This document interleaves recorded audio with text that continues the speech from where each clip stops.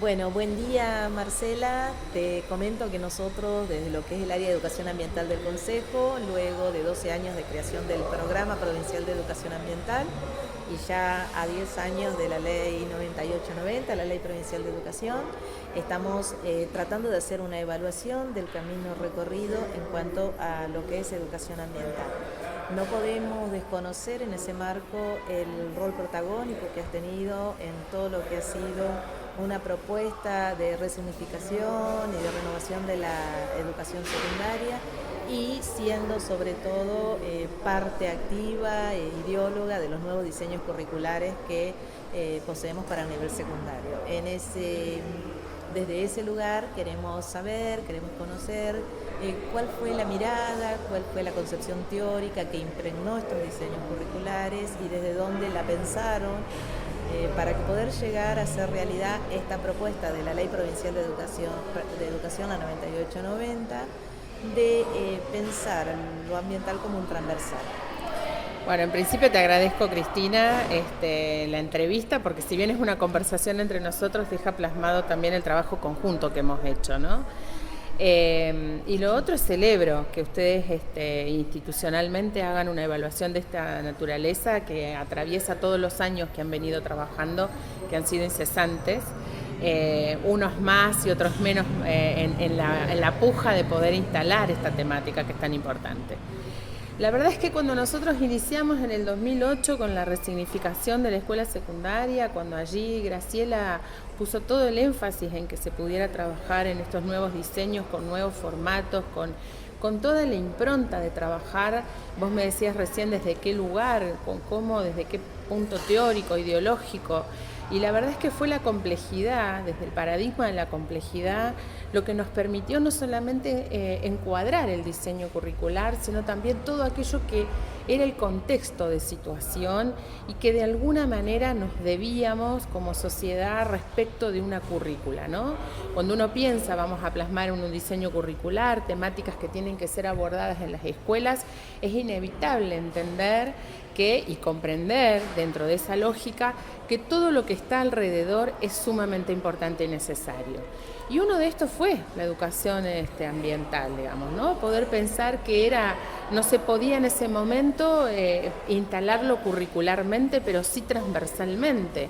Y fue una defensa muy fuerte de nuestra parte, que de hecho está como uno de los 5 ítems más importantes, digamos, trabajar pueblos aborígenes, trabajar educación sexual integral, trabajar convivencia, bueno, trabajar educación ambiental, porque para nosotros es crucial también el entender el espacio natural, ¿no? El espacio de la naturaleza dentro de lo que nosotros somos. Nosotros somos naturaleza y en ese punto es sumamente importante entender que el sujeto tenía que ser también parte del desarrollo de esas propuestas.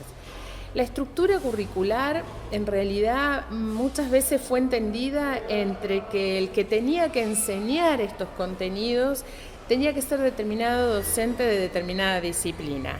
Y nosotros rompimos con ese esquema pensando alternativas, y recordarás muy bien vos, porque vos estuviste a cargo tanto como tu equipo, de decir, bueno, pero se puede enseñar en música, se puede enseñar en literatura, no es necesario que sea solamente biología o que sean aquellas que son afines, ¿no? Dentro del ámbito de la naturaleza poder enseñar o de las ciencias naturales. Pudimos hacer cruces sumamente interesantes en lo metodológico que tenían que ver con modos de trabajos institucionales en las aulas con los docentes, en las que vos y todo tu equipo nos acompañó, y fue una revolución al entender que el profesor de historia, que el profesor de educación física, que el profesor de matemática pudieran tener una lógica diferente de esto. Y yo creo que esa fue la clave de la resignificación en su momento, que fue muy fuerte también instalarlo, que nos costó mucho porque había que dar una vuelta a la lógica de un paradigma que se venía desarrollando, pero bueno, que no claudicamos. Después se fue diluyendo y cada uno pudo ir armando desde diferentes lugares, pero que de hecho esa fue la razón fundante por cual decidimos y seguimos sosteniendo que ese es el lugar de la educación ambiental. Sí, la verdad que, como vos decís, fue una propuesta que fue diferente, que marcó la impronta de Entre Ríos, en un proceso que veníamos del conflicto de 2007 con las pasteras, donde un pueblo demandaba que se repiense el tema de la educación ambiental, veníamos de la ley antirrepresa, y bueno, y precisamente de poder trabajar esta idea de dimensión pedagógica transversal y no solo contenido. Totalmente. Que fue lo que enriqueció, me parece a mí, toda la propuesta que quedó escrita, que se construyó desde equipos técnicos muy preparados. Pero bueno, la idea es poder ver hoy por hoy si eso se pudo plasmar en los proyectos educativos institucionales, en el aula, donde quedó. Sí. Yo creo que en realidad el proyecto necesitó un poco más de tiempo de consolidación, ¿no? 2008 nosotros iniciamos el proyecto, se escribieron los diseños, se trabajó con las escuelas muestras, 2010, se hizo la primera promoción hacia adelante, digamos, de esos bachilleres y esas orientaciones que de alguna manera en bachilleratos pudieron ir consolidando sus egresos.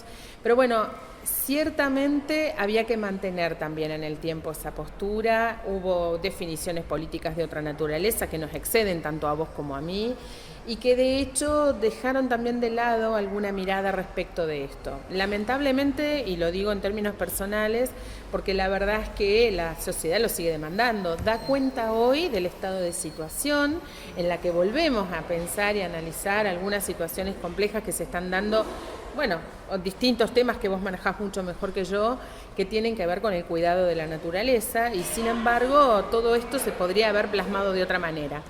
La resignificación plantó hitos en cuanto a lo teórico, en cuanto a los fundamentos, y pudimos llevar a cabo durante 5 años alguna envergadura o alguna encarnadura en las instituciones y en algunos docentes. Sin embargo, yo creo que el trabajo debió haber sido más profundo, que los docentes debieron haberse apropiado mucho más de eso y haber llegado a las aulas para que los estudiantes se impregnaran de eso, y eso de alguna manera también se pudiera difuminar, se pudiera de alguna manera expandir hacia la sociedad en general. Creo que esas son las claves de lo que nosotros no logramos, pero porque el tiempo histórico no nos tocó y porque no es que no lo quisiéramos. Sin embargo, el tiempo nos demostró, y ahora estamos en otra tesitura, vos en el lugar de la coordinación y yo desde la dirección de superior, y hemos las dos logrado recuperar desde aquel espacio una envergadura sumamente importante para dar vida a una actualización en educación ambiental, justamente porque sabíamos de la importancia no solamente de aquel hito instalado, sino de recuperar ese lugar para poder volver a posicionarlo en las aulas, que es lo más importante. Y de repensar, ¿no?, la formación inicial. Totalmente. Yo creo que para nosotros, para quienes no saben, fue un esfuerzo terrible poder hacer esa actualización, no solamente en lo económico, pero fue sumamente grato respecto de la envergadura que tuvo con los representantes que vinieron, con los especialistas que acompañaron, con la implicancia que tuvo mover la cabeza alrededor de un paradigma que no solamente ya no es que esté dirimido, simplemente dejó de poder instalarse, y hoy por hoy es imposible de pensar la complejidad, de pensar la necesidad de compartir con otro, de pensar el conjunto de esto de somos naturalezas todos en lo mismo, no es nosotros por fuera de cuidar el ambiente, el árbol y yo no tengo nada que ver, hay un concepto de sujeto diferente, de derecho diferente, y ese derecho involucra a esa naturaleza, ¿no? Esa confluencia, se podría decir de alguna manera, nosotros la pudimos lograr en la educación ambiental con esta actualización. Y ojalá estos docentes que llegaron a buen puerto con su proyecto logren instalarlo en las instituciones. Yo creo que eso es lo que todavía le falta, y no creo necesariamente que tenga que estar instalado obligatoriamente en los diseños curricular. Yo confío mucho también en esto de cómo vamos impregnando, de acuerdo a las necesidades de la sociedad, en el sistema, los modos en los que se puede hacer. Por supuesto que en la currícula todo el mundo quiere poner portugués obligatorio, inglés obligatorio, educación física con más horas, matemática indefectiblemente, pero yo creo que es un conjunto. Entender la complejidad desde esto que dice Edgar Morin, de poder pensar las alternativas de un paradigma diferente, de entender lo epistemológico como centralidad de todo desarrollo de esta naturaleza, que pone al hombre en la centralidad. Y cuando digo hombre, mujer, niña, niño, chiques, como dicen hoy, y que es parte del desarrollo de lo que nosotros necesitamos y nos debemos como sociedad, ¿no? Creo que esa transversalidad abre una puerta sumamente importante. Se puede entrar por cualquier lado. El tema es animarse a entrar, ¿no? Claro, bueno, esa era precisamente la propuesta. Nunca se pensó en la provincia de Entre Ríos en un espacio curricular de educación ambiental, sino Exacto. Una transversalidad. Todos los espacios haciendo, porque la propuesta de educación ambiental que se impulsa del Consejo General de Educación es una dimensión ética que orienta valores y comportamientos sociales. Y eso se puede hacer desde cualquier espacio curricular. Totalmente. Entonces, con toda esta riqueza que se produjo, con todo esto que tenemos, ¿qué estaríamos, qué oportunidades deberíamos estar como docentes todavía teniendo para poder lograr este entendimiento, primero como decís vos, de sentirnos parte de la naturaleza y de sentir que la educación ambiental es una dimensión ética que orienta valores y comportamientos hacia una nueva forma de relacionarnos con la naturaleza? ¿Qué cosa estaría obstaculizando que el docente pueda lograr eso en el nivel secundario? Mira, yo lo pensaría no solamente para el nivel secundario, sino también para el nivel superior, nivel que gobierno hoy, ¿no? Yo realmente deseo que se pueda entender que la formación docente, si bien se entiende desde el nivel superior que forma a los otros niveles, todos los niveles obligatorios, nosotros somos el nivel que no somos obligatorios, pero que formamos para todos los niveles obligatorios, y que el propio docente de aula de los niveles obligatorios, inicial, primario, secundario, creo que tiene que entender que ser docente tiene una dimensión ética, política y pedagógica. Eso es nuestro proyecto de educación superior. Entender que una dimensión ética corresponde poder trabajar estas temáticas porque son urgentes, porque son necesarias. Entender una dimensión política es porque nosotros no estamos hablando de los partidismos, sino que estamos hablando de aquellos compromisos sociales, compromisos vinculares, compromisos con la sociedad que necesita que nosotros como referentes de la educación podamos poner siempre la vara más alta. Y compromisos pedagógicos, porque tenemos que darnos elementos, herramientas, metodologías alternativas para poder hacer la entrada en la escuela, no solo desde la currícula y lo que debemos enseñar, sino también sobre aquellas cosas que los estudiantes traen, la sociedad en general le preocupa y son importantes de poner e instalarlas en cada mesa de los chicos cuando se van de alguna manera entrando al aula, ¿no? Yo creo que se pueden hacer seguramente mejores diseños, tanto en secundaria como en primaria como en superior. Es una obligación también hacer esa renovación constante para que no quede dirimido en el tiempo cuestiones históricas y no se trabajen las que son necesarias hoy como enfoques metodológicos o desarrollos de evaluación y demás.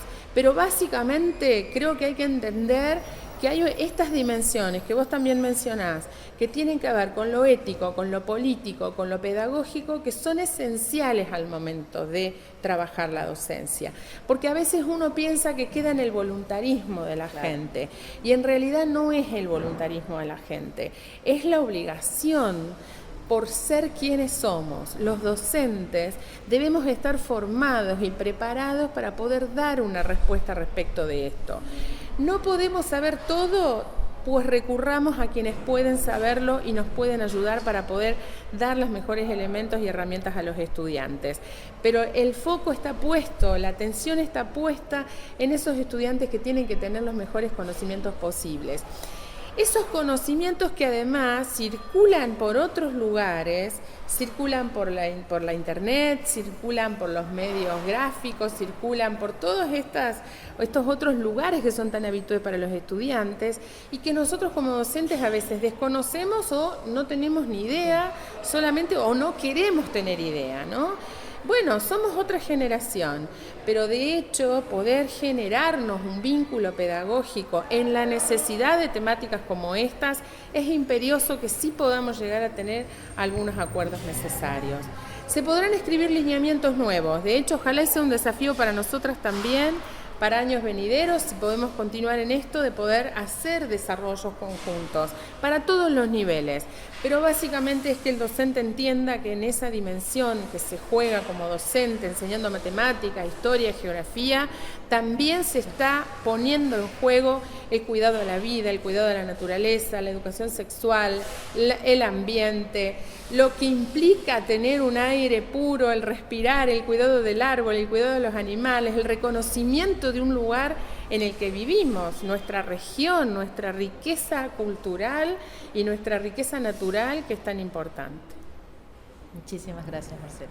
Gracias a vos. Muchísimas gracias y bueno, realmente un placer escuchar y poder ver que más allá que a veces uno piensa que no es mucho lo que se ha hecho, cuando se hacen estos recorridos, poder apreciar todo lo que se ha hecho más allá de lo que falta y de poder contar con profesionales como vos en el sistema educativo. Muchas gracias. Te agradezco enormemente por esta cercanía que siempre tenemos, pero además te agradezco y celebro que vos tengas tanto empuje para hacer este desarrollo. Y no es tirarnos flores entre nosotras, es reconocer el profesionalismo de quien hace una historia en la educación, ¿no? Y vos has hecho una historia en la educación con este programa, defendiéndolo circunstancialmente de cada cosa que ha aparecido y ha sido sumamente valioso e importante. Podremos todos discutir algunas cosas y no estar de acuerdo con todo, pero lo que no podemos dejar de reconocer es que has sido muy profesional en lo que has hecho y has estado todo el tiempo en defensa de lo que por ahí el resto mira de afuera. Y que nosotros realmente hemos podido juntas construir un espacio que tiene que ver con la formación docente y que anhelo que más allá del 10 de diciembre podamos hacer otras cosas nosotras, sea donde sea que nos toque, pero que podamos hacer porque ha sido sumamente valioso y los docentes mismos lo han dicho, ¿no? Una formación de esta naturaleza con los profesionales que vos también generosamente has traído y que has escrito, defendido y estoy segura que seguirás defendiendo. Muchas gracias, gracias a vos.